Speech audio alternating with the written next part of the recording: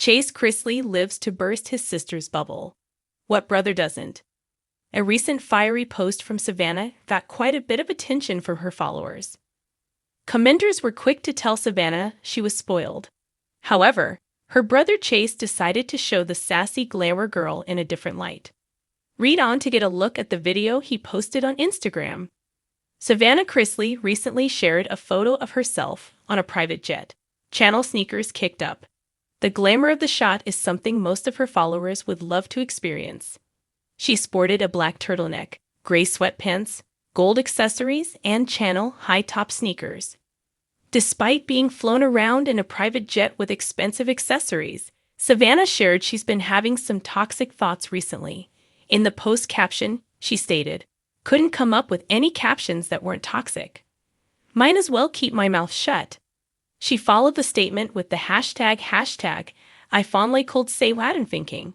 She struggled not to say something negative, despite being on a private jet headed to vacation. Of course, fans rushed to the comments to compliment her Channel high-tops and overall look. After all, she is iconic. Others praised her for showing restraint in not sharing her negative thoughts. Now that's an old lesson that needs to be reintroduced. Then a few followers jumped in with a reality check, calling her privileged. One commenter pointed out, "Traveling private. I'd be grateful." Another just said, "The privilege." While she didn't share her negative thoughts, Savannah still faced some backlash. Her brother posted a video of her to his Instagram story shortly after her glam shot on the jet. It showed a completely different side of her, though. Surrounded by luxury and admittedly feeling a little toxic, Savannah checked out of social media for a little while after her post. As it turns out, she posted her sassy photo and then took a nap. Her brother, Chase, posted a video to his own social media channels. The glamour queen is seen in the same outfit, covered with a blanket and leaning against a pillow on the window. His short video gave followers a view of Savannah from a different perspective. Here is the video he posted. At the end of the day, Savannah and Chase Chrisley are just people. They found themselves in the spotlight and they are wealthy. But they have negative thoughts and bad days just like anyone else. Her brother's video shows that. What do you think about Savannah's recent negative thoughts? Should she just be happy about being on vacation? Amanda Blankenship is an over-caffeinated wife and mother. When she's not reading or writing, you can find her watching reality TV or a good, juicy drama series. Sure.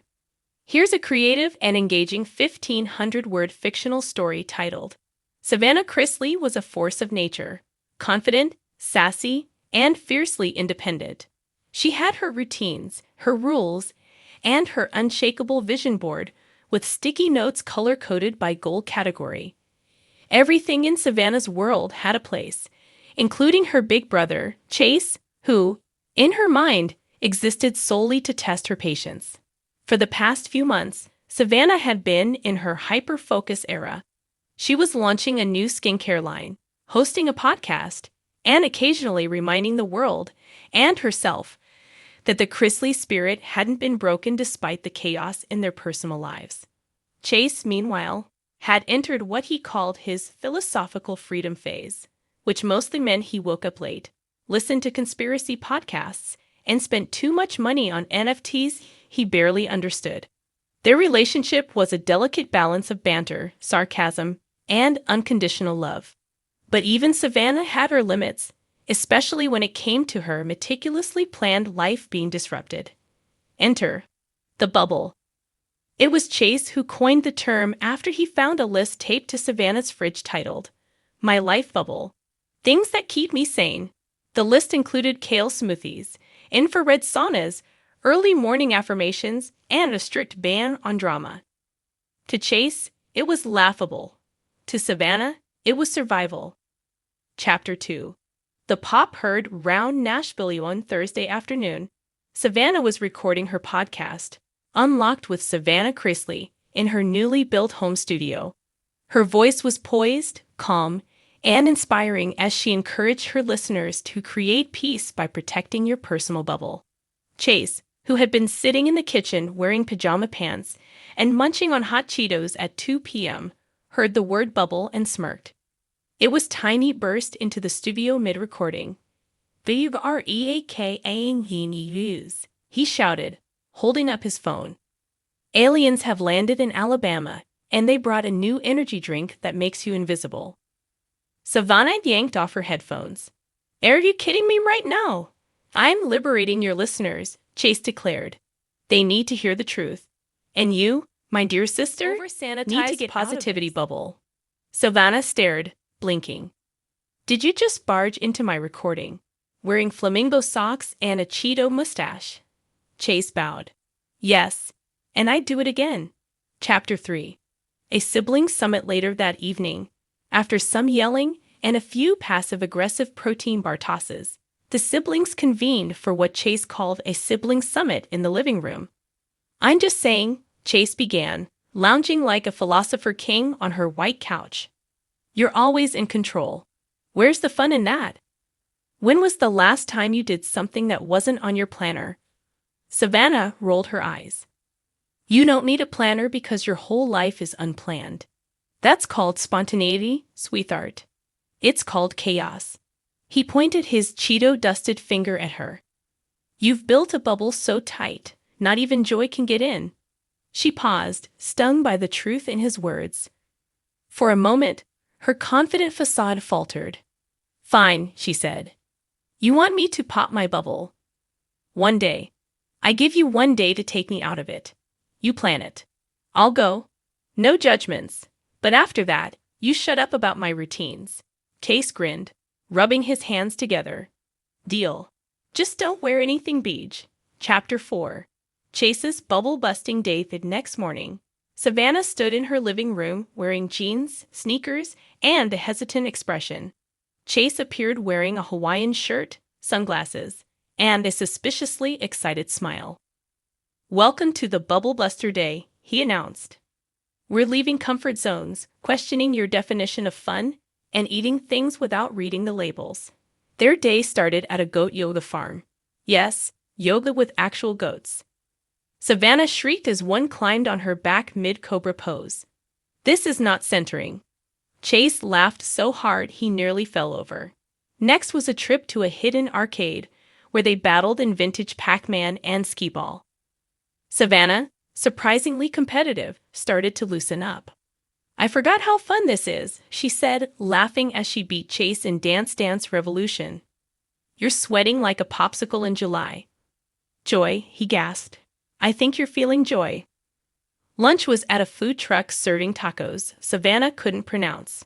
Chase refused to let her Google ingredients.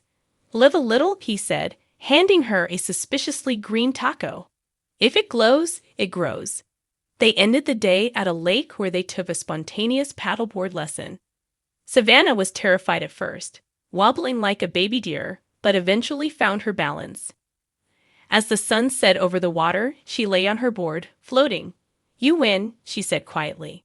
This was kind of amazing. Chapter 5. The real reason. Back at home. After showers and a round of late-night pizza, Savannah curled up on the couch next to her brother. "You really planned that whole day to mess with me, huh?" Chase looked at her, his usual goofiness dimmed by sincerity. "Not to mess with you, to remind you. You've been carrying so much salve, trying to hold it all together for everyone. You never let yourself break down or breathe. You deserve more than just surviving inside a perfect little bubble." Savannah swallowed, eyes stinging. Chase rarely got serious, but when he did, it hit her like a wave. "I'm scared," she admitted. "If I let go too much, everything falls apart." He bumped her shoulder gently. "But maybe if you let people in, they'll help hold it up." For once, Savannah didn't argue. She leaned into him, head resting on his shoulder. "You're annoying," she whispered. "And you're bossy." They smiled. Chapter 6. Bubbles reimagined. The next week on her podcast, Savannah shared the story. "I built this life bubble to protect myself," she said. "But it turns out bubbles aren't meant to be prisons. They're meant to be soft, flexible, and shared. Sometimes you need a little chaos. Sometimes you need a goofy brother to knock sense into you." Fans flooded the comments with support, and Chase, of course, posted a TikTok reenactment of the goat Yovid incident, complete with a dubbed soundtrack and dramatic captions. Savannah didn't even yell at him. Instead, she reposted it with the caption, "Sometimes the bubble needs a pop. Thanks, Chase." Epilogue. Controlled Chow Savannah didn't abandon her routines. She still drank Cadel smoothies and color-coded her life. But now, her vision board included a new category: unplanned joy. Every month, she let Chase plan one day where he could wreck the bubble. From spontaneous road trips to weird food festivals, it became their thing. And in the process, the bubble didn't burst.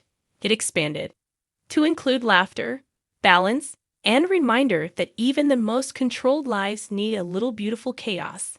Thanks to the brother who never read a planner, but always knew how to read her heart.